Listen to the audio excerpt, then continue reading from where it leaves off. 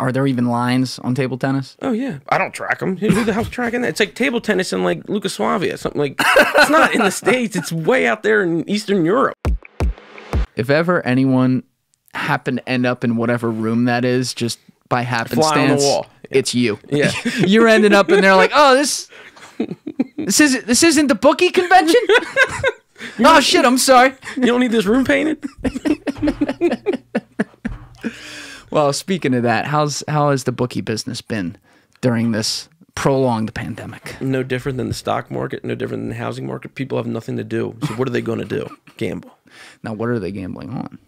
I've seen people gamble table tennis at 3 o'clock in the morning. I've seen people gamble the craziest things, e-gaming at 2 in the morning. People have nothing to do. Idle hands, idle minds, terrible things are going to happen. And it's no different for anything else. When your clients want to go do this stuff and they want to go gamble on table tennis, red flags are flying.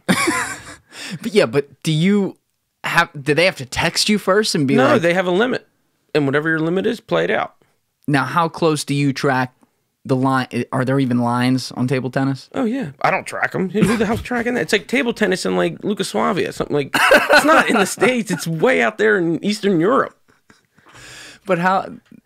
I mean, you're on the hook for it. You got to be able to balance the lines. No, I don't balance any of the lines. They balance all the lines. Yeah, Vegas does it. You just apply the line and let them go from there. Got it.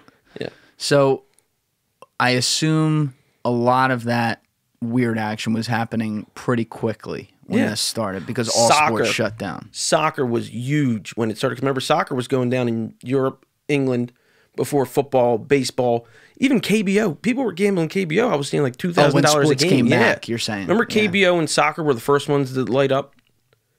The KBO Baseball League in South Korea? I was unaware of that. Yes. Well, that was like one of the first, and people were betting the KBO like it was the MLB. Come on. People were betting the Premier League like I've never seen. It's just the way it goes. What was the what's it called? The time region on that? Like 12 hours? The games would start around 5 a.m. for the KBO. God. So people would get up, bet them, go back to bed. What time is that in what time is that in Korea? That's like 9, like 7 o'clock baseball game. It's 5 o'clock in the morning. That's my pretty good. That's what I'm guessing, because if you're going to have a baseball game, it's going to be, 6 o'clock, 7 o'clock your time, 5 in the morning here.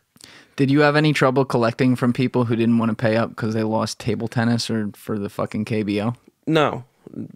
You know who has the money and who doesn't. So you know what I mean?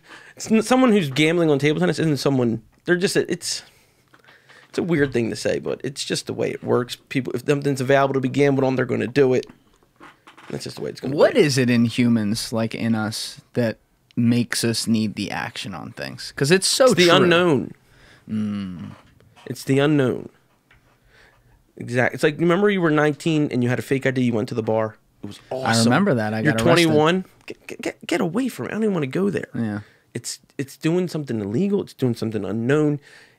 That is the biggest draw. It's having something that, can I win or can I lose? And you don't know. Yeah. And that's the draw.